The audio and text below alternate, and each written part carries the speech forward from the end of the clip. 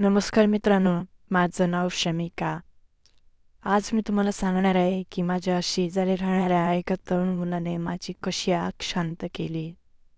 तर चला मग सुरुवात करते. मित्रांनो, माझं वय 30 वर्ष.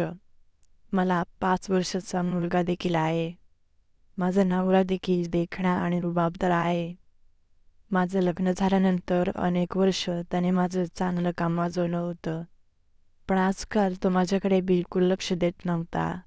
त्यामुळे माझी भूक काही केल्या भागत नव्हती. माझी विहीर आता कोरडी राहत होती. पण एक दिवस माझ्या आयुष्यात असा मुलगा आला, ज्याने माझी कोरडी पडलेली विहीर त्याच्या पाण्याने काठोकाठ भरून टाकली. मित्रांनो, त्याचं झालं असं, मी जिथे राहते तिथे पाण्याचा खूप मोठा प्रॉब्लेम आहे. त्यामुळे आम्हाला पाणी टंचाईचा सामना करावा लागतो. आम्हाला पाणी खूप जपून वापरावं लागतं. पण पाणी कितीही जपून वापरलं तरी देखील ते पुरत नसे. असंच एक दिवस माझ्या घरातलं सगळं पाणी संपलं होतं. अगदी माझ्या आंघोळीला देखील पाणी उरलं नव्हतं. आता काय करावं तेच मला कळत नव्हतं. कारण आता सरळ संध्याकाळी पाणी येणार होतं आणि तोपर्यंत मला बिना आंघोळीचं राहावं लागणार होतं. पण तेवढ्यात मला आठवलं की माझ्या शेजारी एक मुलगा भाड्याने राहतो. त्याचं नाव राहुल होतं. तो मुलगा त्याच्या घरी एकटाच राहत असे. तो एक बॅचलर होता. त्यामुळे त्याला पाण्याचा जास्त खप नव्हता. कधी गरज लागली तर तोच त्याच्या घरातलं पाणी मला वापरायला देत असे. तसा राहुल स्वभावाने चांगला होता, पण तो माझ्याकडे जरा जास्तच टकामका बघत असे. बराच वेळा तो माझ्याशी बोलताना त्याचं लक्ष माझ्या छातीवर असायचं, पण मी त्याच्याकडे दुर्लक्ष करत असे. कारण तो वयात आलेला एक तरुण मुलगा होता. त्यात माझ्यासारख्या सुंदर स्त्रीला बघून त्याच्या मनात एक सटबासट करायचे विचार येणं स्वाभाविक होतं. त्यात त्याचा काहीच दोष नव्हता आणि खरं सांगायचं झालं तर मला देखील त्याचं ते वागणं आवडत होतं. त्याच्यासारखा देखणा मुलगा माझ्याकडे बघतोय याच विचाराने माझ्या मनात लाडू फुटत असत. त्यात सध्या माझी विहीर देखील कोरडीच होती आणि मला ठाऊक होतं की एक ना एक दिवस तरी राहुल मला मजबूत करणार. कारण आजकाल त्याचं माझ्याकडे जरा जास्तच लक्ष होतं. आणि एक दिवस तसंच झालं. राहुलने मला मागून फुलून असं केलं की आता मला सांगताना देखील अंगावरचे केस उभे होत आहेत. तर चला मग नेमकं त्या दिवशी काय घडलं ते सांगते. मित्रांनो, मगाशी मी तुम्हाला सांगितल्याप्रमाणे माझ्या घरातलं सगळं पाणी संपलं होतं. अगदी आंघोळीला पण पाणी उरलं नव्हतं. म्हणूनच मी त्या दिवशी राहुलकडे आंघोळीला जायचं ठरवलं. कारण राहुलकडे पाण्याचा खप नव्हता. मी सकाळी 10 वाजता राहुलच्या घराचा दरवाजा वाजवला आणि राहुलने दरवाजा उघडला आणि मी त्याच्याकडे बघतच राहिले.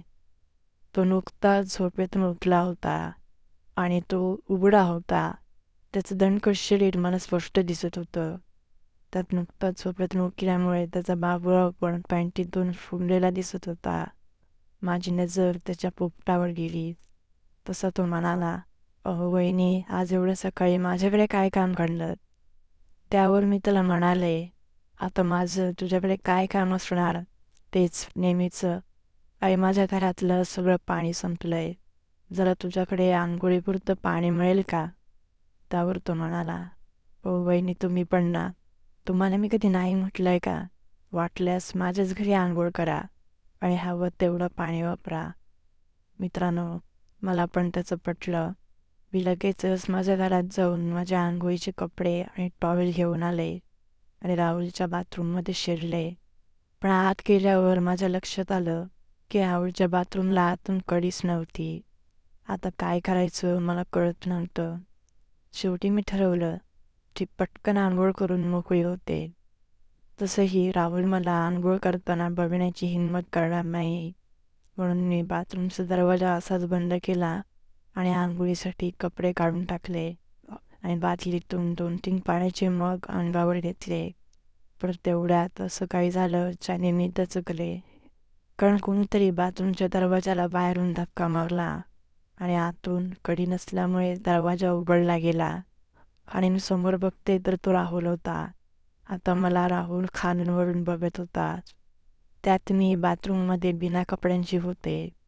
मी लगेचच बाजूला असलेल्या टॉवेलने माझं अंग झाकलं आणि राहुलला बोलू लागले, "राहुल, हा काय नालायकपणा आहे? हे काय करतोस तू?" तसं राहुल माझ्या जवळ आला.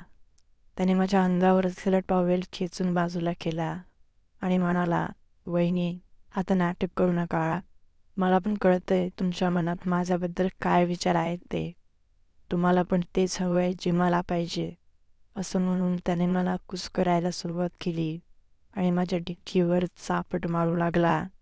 मित्रांनो, हा तर माझा पण तोल गेला आणि मी देखील स्वतःला त्याच्या स्वाधीन केलं. आता राहुलने त्याचे कपडे काढून टाकले. माझी नजर त्याच्या नागोबावर गेली. त्याचा लहान लचक नागोबा बघून मी तर बेडीत झाले.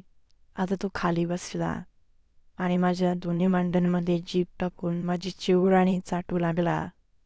हातांनी पण त्याचं डोकं माझ्या चिवराणीवर दाबून धरलं. तो मोठ्या चवीने माझी चिमणी चाटू लागला. जवळपास 10 मिनिटं त्याने तसं केलं आणि माझ्या चिवराणीने पाणी सोडलं. आता तो उभा राहिला आणि त्याने मला कमरेत वाकवली.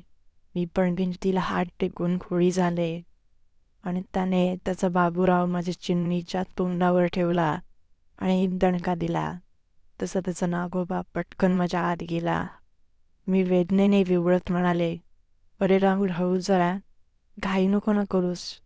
पण तो कुठे ऐकणार होता. त्याने आता वेगाने मसाला कुटायला घेतला होता. तो जोरजोरात मला रेमटवायला लागला आणि बरोबर 15 मिनिटांनी त्याने माझ्या हातमध्ये त्याचं गरम तूप सोडलं आणि तो शांत झाला आणि मी पण थंड झाले.